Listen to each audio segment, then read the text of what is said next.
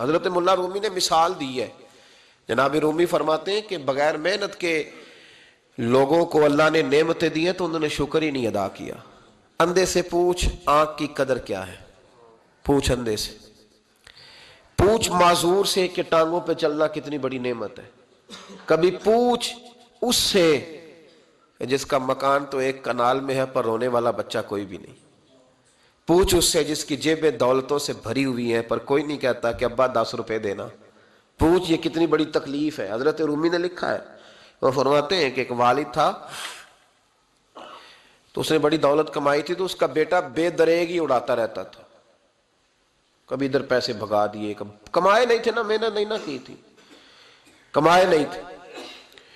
والد بڑا سمجھاتا تھا پر سمجھ نہیں آتی تھی. ایک دن اس کے ابا کے ذہن میں ایک بات آئی. وہ کہنے لگا بیٹے یار میں کنگال ہو گیا ہوں، اچانک حالات خراب ہو گئے، ایک آنا مجھے چاہیے، دوائی خریدنی ہے، کہیں سے لے کے آؤ. اس نے کہا ابا مسئلہ ہی کوئی نہیں، یار ہی بڑے ہیں، بہت سارے لوگوں کے ساتھ رات میں جاتا ہوں روٹی کھانے ہوٹل میں، کئی ہیں جو میرا انتظار کر رہے ہوتے ہیں، فیس بک والے اور جناب وہ سیلفی والے بڑے سارے ہیں جو کہتے ہیں تیرے بغیر گزارا ہی نہیں.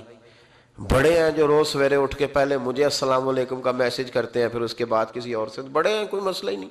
ایک کے پاس گیا، ایک آنا چاہیے، اس نے دے دیا، لا کے ابا کو دیا. تو ابا گھر کے اندر جو امیر لوگ ہوتے تھے گھر میں کنواں کھدوا لیتے تھے. ابا کنویں کے کنارے بیٹھا تھا، جب بیٹے نے آنا لا کے رکھا تو اس نے پانی میں پھینک دیا.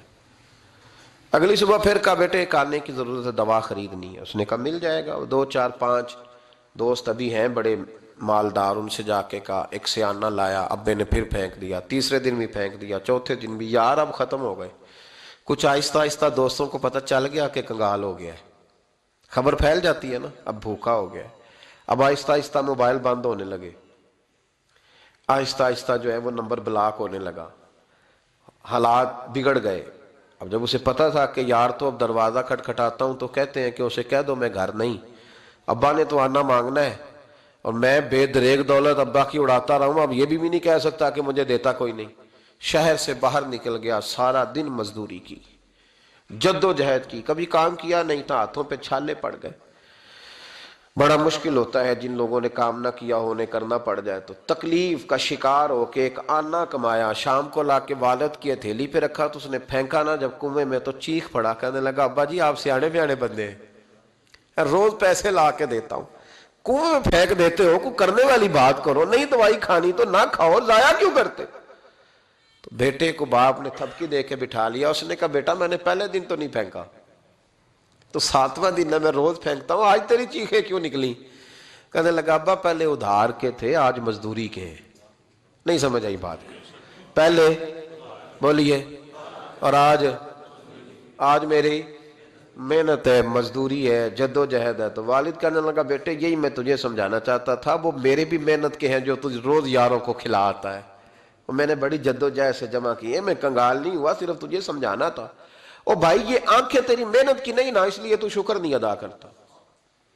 یہ وجود، یہ ٹانگیں، یہ شعور، یہ تیری جد و جہد کا نہیں. جو عقل کی دولت اللہ نے دی ہے نا، یہ تیری محنت کی نہیں. اگر محنت کی ہوتی تو سجدے میں پڑا رہتا، تو خیال کرتا. اللہ نے آنکھیں دی ہیں قرآن دیکھنے کے لیے، جب کوئی کسی گندی چیز کو دیکھتا ہے تو ناشکری کرتا ہے، جب غلط طرف اٹھاتا ہے یہ چیزیں تو ناشکری کرتا ہے. صاحبو یاد رکھنا اور اس پر ضرور غور کرنا کہ جب نعمتوں کا شکر ادا نہ کیا جائے تو پھر ہمیں استغفار کا حکم دیا گیا ہے. پھر کیا کرنا ہے ہم نے؟ استغفار کہ یا اللہ ہم تیری نعمتوں کا شکر ادا نہیں کر سکے تو ہمیں معاف فرما دے، تو ہم سے درگزر فرما، معاف فرما. ایک